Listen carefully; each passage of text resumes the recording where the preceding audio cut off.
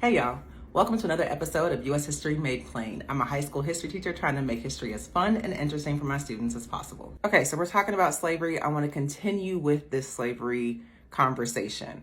So some of the other things that I think that we don't think about when we think about slavery is how slaves were not considered people, they were considered property back then. And if someone had property, it was their right to do whatever they wanted with that property, and it was their right to keep that property.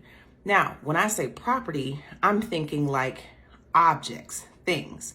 And the slave owners treated slaves as objects, as things, including the women. So you have these women who are on the plantation, they are working in the fields or in the house, wherever.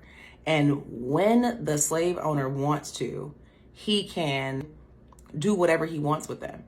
So imagine you have a family, a slave family, and the slave owner rapes the woman. As a slave, you can't do anything to this man as he is violating your wife because he is your owner and he is her owner.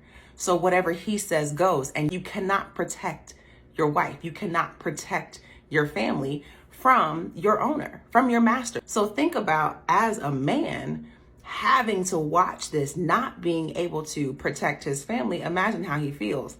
Even worse, imagine this wife gets pregnant. She gets pregnant with this half-white baby, and it wasn't her. It wasn't like her choice. Now, I'm not saying that there weren't slaves who had relationships with slave owners. I'm sure that was a whole thing too. But I'm talking about the women who unwillingly were raped and had these children by these slave owners, and then their husbands and their families, and how they felt about this whole situation. They weren't given the choice. They weren't given a chance or an option or the opportunity to feel any type of way about this situation. Another way that slave owners used to control slaves was to separate their families. You have a woman who, has a husband and she gives birth to a baby. And if she gives birth to a baby boy and they feel like this baby boy is going to grow into a strong man, you wait until the baby boy is weaned off of the breast, because usually they're breastfed, and then you sell him away.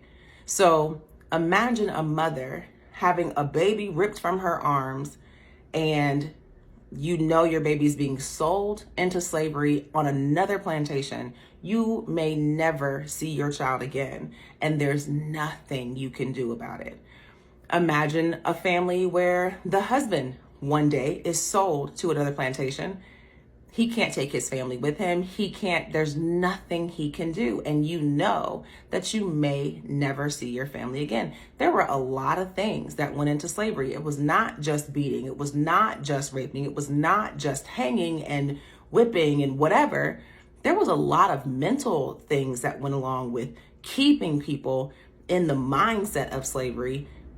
And they had no option. They had no choice. They had to follow what was given to them.